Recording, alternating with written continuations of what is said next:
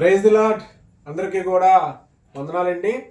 మరి ముఖ్యంగా ప్రతిరోజు ఈ ఉదయకాల సమయంలో మన ప్రభు అయిన యేసుక్రీస్తుల వారి గురించి మన యొక్క రక్షణ వాక్య కార్యక్రమం ద్వారా మనమందరం కూడా సంతోషంతో ప్రతిరోజు ఈ ఉదయకాల సమయంలో బైబిల్ రీడింగ్ ప్రోగ్రాం ద్వారా వాక్య ధ్యానంలో పాలిభాగస్తులైనటువంటి సోదరీమణులకు, యవ్వనస్తులకు, చంటి బిడ్డలందరికీ కూడా మరొకసారి మన రక్షణ వాక్య కార్యక్రమం తరపున ప్రతి ఒక్కరికి కూడా వందనాలండి. మరి ముఖ్యంగా నేటి ఈ దినం రోజు తిరిగి మరలా మనము ఈ ఉదయంకాల సమయంలో మనం వాక్య పరిచర్యలోకి మనం వెళ్లే ముందుగా ఒక చిన్న ప్రార్థన. కళ్ళు మూసుకున్నట్లయితే మనం అందరం ప్రార్థనలో ఏకీభవించి దేవుని నామమున మనము ప్రార్థన చేసుకుందాము.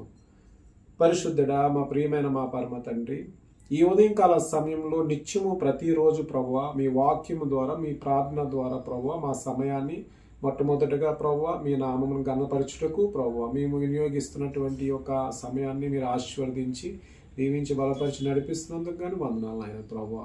మరి ఈ ఉదయంకాల సమయంలో ప్రభువా రక్షణ వాక్య కార్యక్రమంలో పాలిభాగస్తులైనటువంటి ప్రతి కుటుంబాన్ని ప్రభువా, ప్రతి సోదరుని ప్రభువా సమస్త జనులందరినీ కూడా ప్రభు మీ నామంలో వర్ధిల్లింప చేసి ప్రభు వాక్యం ద్వారా ప్రభు నాయన సమస్తమును వారు ఒక విశ్వాసాన్ని ప్రభు బలపరుచుకొని ప్రభు వారి ఆత్మలను ప్రభు వారి మనస్సును వారి హృదయములను ప్రభు తండ్రిని వాక్యముతో నింపి బలపరచమని యేసుక్రీస్తు వారి పరిశుద్ధాత్మనామమందు మిక్కిలి కృపతో అడిగి వేడుకొంచున్నాం తండ్రి. ఆమేన్. అందరికీ నమస్కారం అండి. మరి మనం ముందుగా ప్రతిరోజు మనం ధ్యానించుకుంటున్నటువంటి మత్తయి సువార్త సంబంధించి మన యొక్క మత్తయి సువార్తలో మనం మొదటి అధ్యాయాన్ని, అదేవిధంగా 2వ అధ్యాయాన్ని మనం పూర్తి చేసుకున్నాం. మరి ఈరోజు మత్తయి సువార్త 3వ అధ్యాయంలో ఉన్నటువంటి వర్సెస్ని మనం ఈరోజు క్లుప్తంగా బైబిల్ రీడింగ్లో మొత్తం వర్సెస్ అన్నిటిని చదువుకొని వాటికి సంబంధించినటువంటి ప్రాథమిక సమాచారాన్ని మనం అందరం తెలుసుకున్నట్లయితే, నిత్యం మనం బైబిల్లో ఉన్నటువంటి ప్రతి అంశాన్ని మనం తెలుసుకున్నప్పుడు బైబిల్ చదివేటప్పుడు ఏంటి అంటే దేని గురించి క్లుప్తంగా మనం వివరించబడి ఉంది, దేవుడు మనకి ఏ రకంగా ప్రతి విషయాన్ని తెలియజేశారు అనే గొప్ప విషయాలు మనకి మన యొక్క ఆధ్యాత్మిక జీవితాన్ని బలపరుచుకొని దేవుడి దగ్గర మనము బలపడడానికి మనకి మంచిగా ఉపయోగపడేటువంటి ఒక మంచి ఈ యొక్క రక్షణ వాక్య కార్యక్రమం ద్వారా మనం అందరం బలపడాలి. మరి కాబట్టి మరి బైబిల్స్ ఉన్న వాళ్ళందరూ కూడా ఖచ్చితంగా బైబిల్స్ని మీ ముందు తెరిచి, బైబిల్ లేని వాళ్ళు ఈ యొక్క పదాలను చదువుతున్న వర్సెస్ని చదివి మీరు ప్రార్థనలో ఏకీభవించండి. తండ్రి ఖచ్చితంగా మీకు సమాధానమును, ఆయన మీకు ప్రకాశాన్ని, వెలుగును మీకు మీ జీవితంలో నింపును. కాబట్టి ప్రతి ఒక్కరూ బైబిల్లో వర్సెస్ చదువుతున్నప్పుడు మత్తయి సువార్త 3వ అధ్యాయాన్ని ఈరోజు మనం చదువుకొని ధ్యానించుకుందాము. ప్రతి ఒక్కరూ బైబిల్ చూడాల్సిందిగా కోరుచున్నాం. మొదటి వచనము, ఆ దినముల యందు బాప్తీసమిచ్చు యోహాను వచ్చి పరలోక రాజ్యము సమీపించి ఉన్నది, మారు మనస్సు పొందుడని యోదయ అరణ్యంలో ప్రకటించుచుండెను. 3వ అధ్యాయము, ప్రభువు మార్గము సిద్ధపరచుడి, ఆయన త్రోవలు సరాలము చెయ్యుడని అరణ్యములో కేకవేయునొకని శబ్దము అని ప్రవక్త అయిన యెషయా ద్వారా చెప్పబడిన వాడితడే. 4వ వచనము, యోహాను ఒంటె రోమముల వస్త్రమును మొల చుట్టూ తోలుదట్టియు ధరించుకునేవాడు, మిడతలు అడవి తేనెయు అతనికి ఆహారము. 5వ వచనము, ఆ సమయమున యెరూషలేము వారును యోదయ వారందరూ యోర్దాను నదీ ప్రాంతముల వారందరూ అతని యొద్దకు వచ్చి 6వ వచనము, తమ పాపములు ఒప్పుకొనుచు యోర్దాను నదిలో అతని చేత బాప్తీసము పొందుచుండిరి. 7వ వచనము, అతడు పరిసయ్యుల్లోను సద్దుకయ్యుల్లోను అనేకులు బాప్తీసము పొందివచ్చుట చూచి, సర్ప సంతానమా, రాబోవు ఉగ్రతను తప్పించుకొనుటకు మీకు బుద్ధి చెప్పువాడెవడు, మారు మనస్సుకు తగిన ఫలము ఫలించుడి. 8, 9 వచనాలు, అబ్రాహాము మాకు తండ్రి అని మీలో మీరు చెప్పుకొని తలంచవద్దు, దేవుడు ఈ రాళ్ల వల్ల అబ్రాహామునకు పిల్లలను పుట్టింపగలడని మీతో చెప్పుచున్నాను. ఇప్పుడే 10వ వచనము, ఇప్పుడే గొడ్డలి చెట్ల వేరును ఉంచబడి ఉన్నది గనుక మంచి ఫలము ఫలింపని ప్రతి చెట్టును నరకబడి అగ్నిలో వేయబడును. 11వ వచనము, మారు మనస్సు నిమిత్తము నేను నేలల్లో మీకు బాప్తీసము ఇచ్చుచున్నాను, అయితే నా వెనక వచ్చుచున్నవాడు నాకంటే శక్తిమంతుడు. ఆయన చెప్పులు మోయుటకైనను నేను పాత్రుని కాను. ఆయన పరిశుద్ధ ఆత్మలోను అగ్నితోను మీకు బాప్తీసము ఇచ్చెను. 12వ వచనము. ఆయన చేట ఆయన చేతిలో ఉన్నది. ఆయన తన కళ్ళమును బాగుగా శుభ్రము చేసి గోధుమలను కొట్టులో పోసి ఆరని అగ్నితో పొట్టును కాల్చివేయనని వారితో చెప్పెను. 13వ వచనం. ఆ సమయమున యోహాను చేత బాప్తీసము పొందుటకు యేసు గలిలయ నుండి యొర్దాను దగ్గరికి నున్న అతని యొద్దకి వచ్చెను. 14వ వచనం. అందుకు యోహాను, నేను నీ చేత బాప్తీసమును పొందవలసిన వాడై ఉండగా నీవు నా యొద్దకు వచ్చుచున్నావా అని ఆయనను నివారింపు చేచెను గాని యేసు, ఇప్పటికి కానిమ్ము, నీతి యావత్తు ఇలాగు నెరవేర్చుట మనకు తగి ఉన్నదని అతనికి ఉత్తరమిచ్చెను. 16వ వచనము.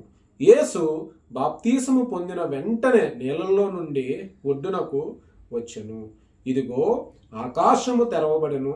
దేవుని ఆత్మ పావురం వలె దిగి తన మీదకి వచ్చుట చూచెను. 17వ వచనము, చివరి వచనం. మరియు ఇదిగో ఈయనే నా ప్రియకుమారుడు, ఈయన యందు నేను ఆనందించుచున్నాను. ఒక శబ్దము ఆకాశము నుండి వచ్చెను. దేవుని నామమున స్తోత్రం.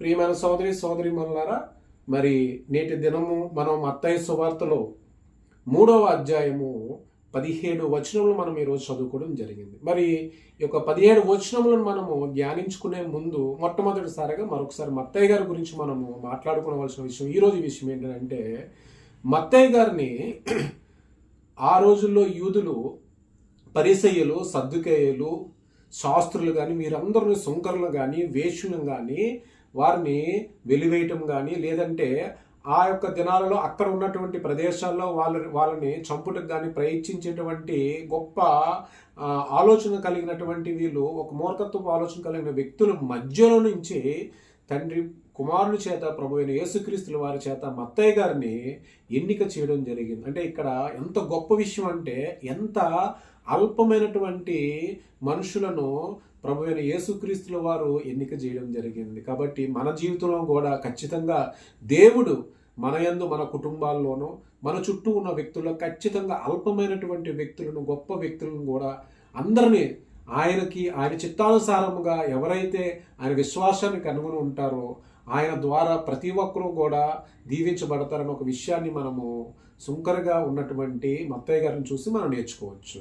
ఈరోజు మత్తయ్య గారి గురించి ఈ విషయం మనము క్లుప్తంగా తెలుసుకున్నాం. అదేవిధంగా మరి ఈరోజు ధ్యానించినటువంటి మత్తయి సువార్తలో ఉన్న 3వ అధ్యాయంలో ఉన్నటువంటి 17 వచనముల తాలూకా భావము, ఇందులో ఏంటనంటే ప్రభు యేసుక్రీస్తుల వారి యొక్క మార్గాన్ని సరళం చేయడం, అంటే ఆయన పరిచర్యకు ముందు ప్రభువైన యేసుక్రీస్తుల వారి యొక్క మార్గాన్ని సరళం చేయడం కోసము ఆయన సేవకుడిని ఆయన ఎన్నుకున్నటువంటి గొప్ప వ్యక్తి, మనందరికీ కూడా ఫస్ట్ ప్రథమంగా పరిచయమైనటువంటి ఒక వ్యక్తి బాప్తిస్మిచ్చు యోహాను గారు. అంటే మొదటి వచనంలో మనం చూసినట్టే, ఆ దినముల యందు బాప్తిస్మిచ్చి యోహాను వచ్చి పరలోక రాజ్యము సమీపించి ఉన్నది, మారు మనసు పొందుడని యోదయ అరణ్య ప్రకటనను ప్రకటించును. అంటే ఆ యోదయ అరణ్య ప్రాంతాలలోనే ఆయన ఒక ప్రకటన ఇచ్చాడు. పరలోక రాజ్యం రాబోయే దినాల్లో పరలోక రాజ్యము సమీపించినది, మారు మనసు పొందుడి అంటే మారు మనసును పొందండి, పాపాలను విడిచిపెట్టండి, చెడును ఆలోచించకండి,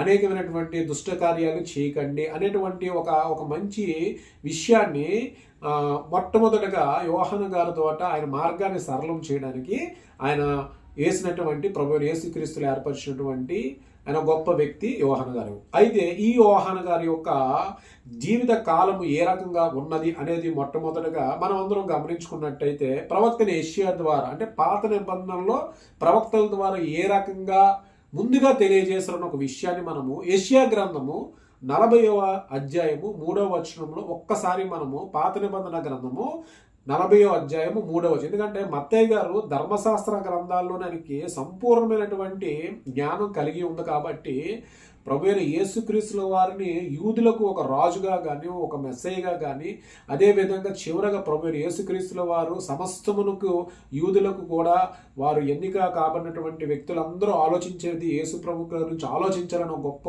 ఉద్దేశంతోనే ఆయన తీసుకున్నటువంటి ఒక ధర్మశాస్త్రంలో పాత నిబంధనలో కూడా పొందపరిచి ఉన్నటువంటి విషయాలను క్రొత్త నిబంధనలో కూడా ప్రవక్తల యొక్క నెరవేర్పు ఏ విధంగా జరిగిందని చూసినట్టయితే, మనము యెషయా గ్రంథము 40వ అధ్యాయము 3వ వచనంలోకి వెళ్ళినట్టయితే, యెషయా గ్రంథము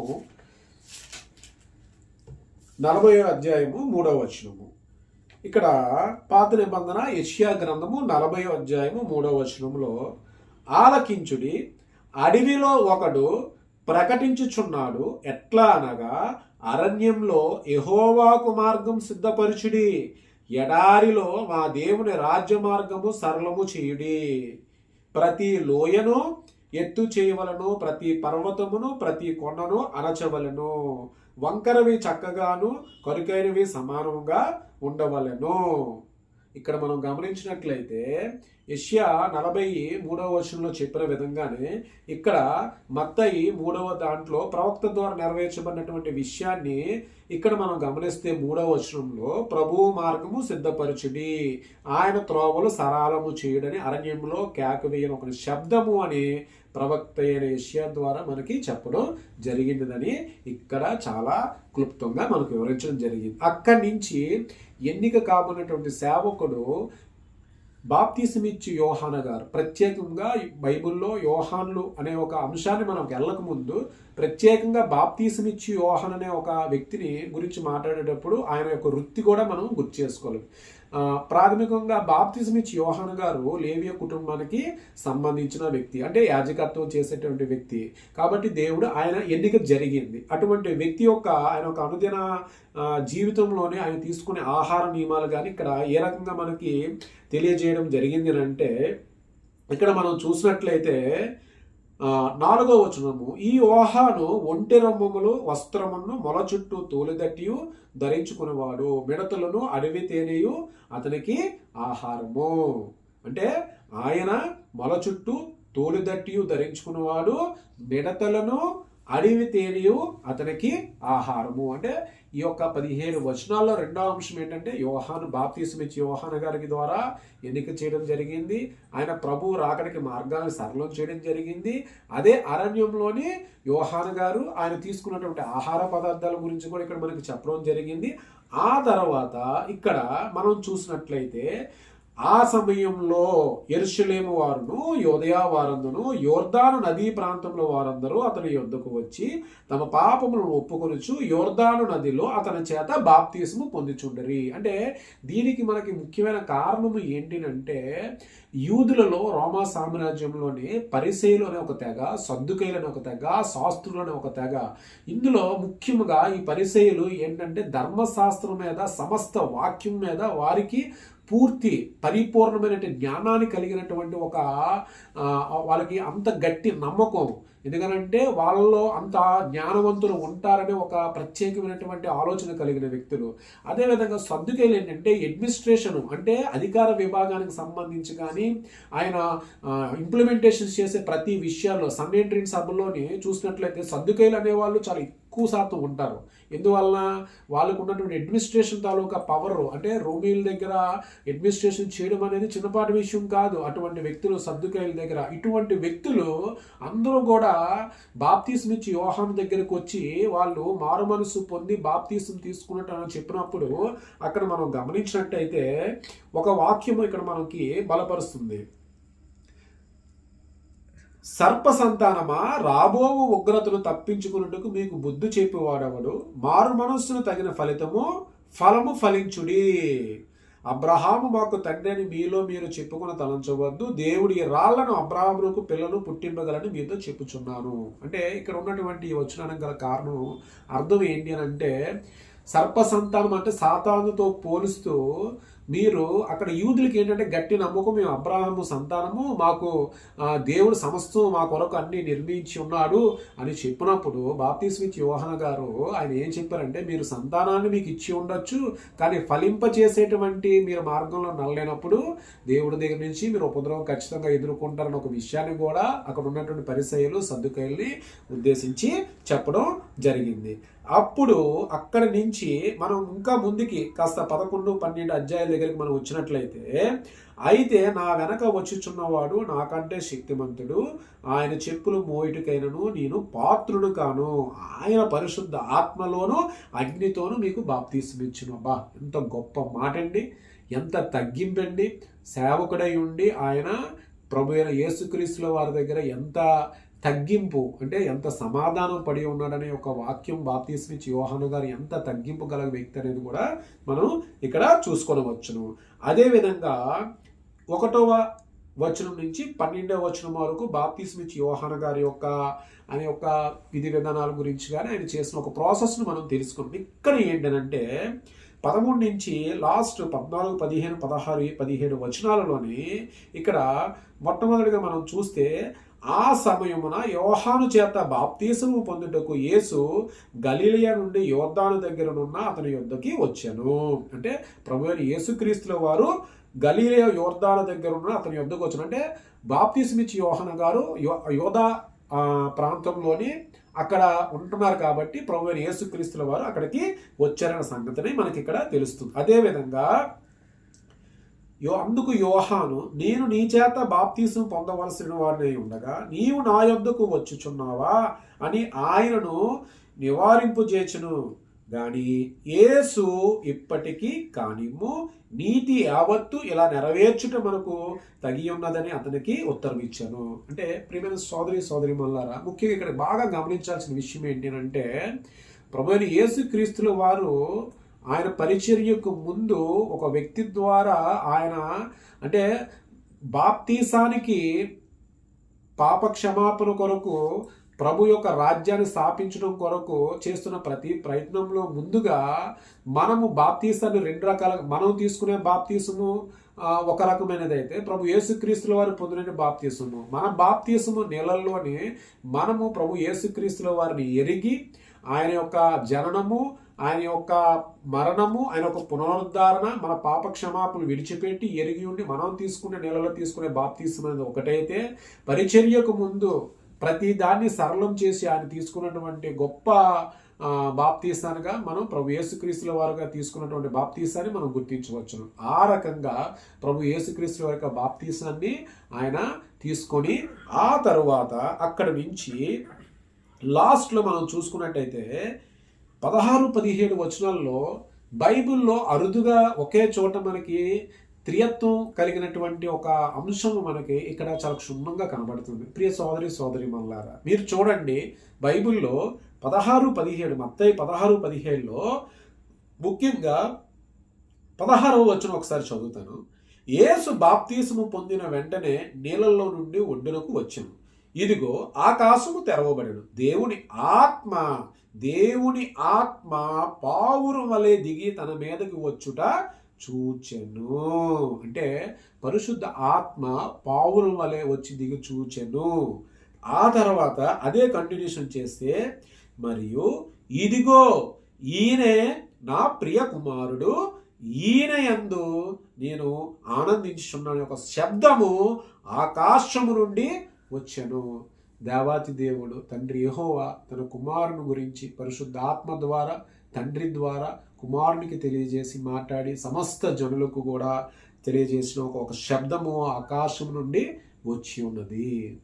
మరి ఈరోజు మనం ధ్యానించుకున్నటువంటి మత్తయి సువార్త 3వ అధ్యాయంలో 17 వచనములు తండ్రి చేత ఏర్పరచబడినటువంటి బాప్తీసమిచ్చి గారి యొక్క యోహాను గారి యొక్క జీవిత విధానము, బాప్తీసము ఇచ్చు యోహాను గారి ద్వారా పరిసయ్యులు సద్దుకయ్యులు ఆ రోజు యూదుల్లో ఉన్న వాళ్ళందరూ మారు మనసు పొందుటకు ఆయన దగ్గర తీసుకున్నటువంటి బాప్తీసము పొందినట్టు విధానాన్ని, అదేవిధంగా సమస్త జనులతో సమానముగా ప్రభువైన యేసుక్రీస్తుల వారు రాజుగా అధికారము కలిగి ఉన్నా కూడా సమానమైనటువంటి ఆయన యొక్క ఆలోచనలలో సమస్త జనులందరినీ ఉద్దేశించి ఆయన మారు మనస్సు పరిచర్యకు ముందుగా తీసుకోవాల్సిన సాదృశ్యంగా ఉండాలని చెప్పి తీసుకున్నటువంటి గొప్ప ఈ యొక్క బాప్తీసం విషయంలో యోహాను గారి యొక్క పాత్రను ఏ రకంగా ఉన్నదనే ఒక విషయాలను మనము మత్తయి సువార్త 3వ అధ్యాయంలో మనందరము తెలుసుకున్నాం.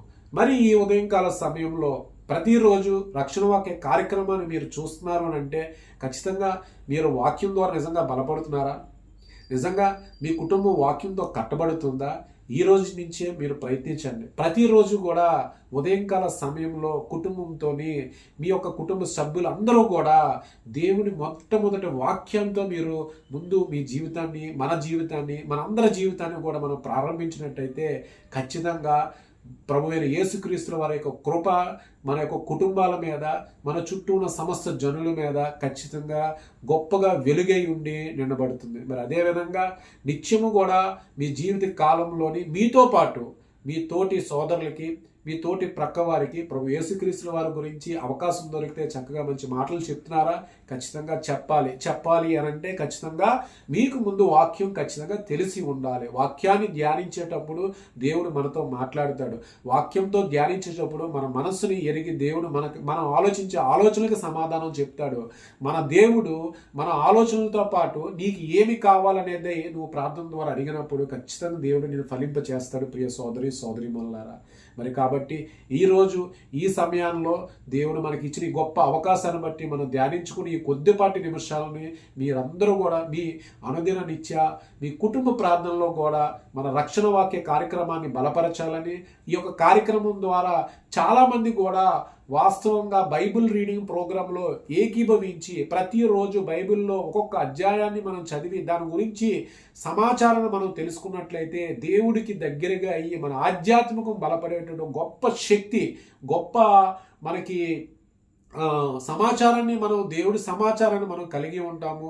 జీవ ఆహారములు దేవుడు మనకి ఇచ్చి ఉన్నాడు అనేటువంటి ఈ గొప్ప వాక్యాల ద్వారా మనం తెలుసుకొని మన జీవితాన్ని ఫలింపు చేసుకొని మన కుటుంబాలని ఫలింపు చేసుకుంటాం. ప్రియ సోదరి మల్లారా, మరి ఈ యొక్క కార్యక్రమాన్ని మీరందరూ కూడా ప్రోత్సహిస్తున్నారు. అదేవిధంగా ఈ యొక్క కార్యక్రమాన్ని మీరు ఇతరులకు కూడా మీరు షేర్ చేయాలని, మీరు ఖచ్చితంగా ఈ ఛానల్ని సబ్స్క్రైబ్ చేసుకొని దీన్ని మరింత మందికి కొత్తగా నూతనంగా క్రైస్తత్వంలోకి వచ్చిన వ్యక్తులకి, కొత్తగా నూతనంగా క్రైస్తత్వంలో వచ్చి ప్రతిరోజు ఉదయాన్ని ఆరాధనలో పంచుకున్న వారికి, పాలు పంచుకోవాలనుకున్న వారికి ఇది చక్కగా మార్గదర్శకం అవుతుంది.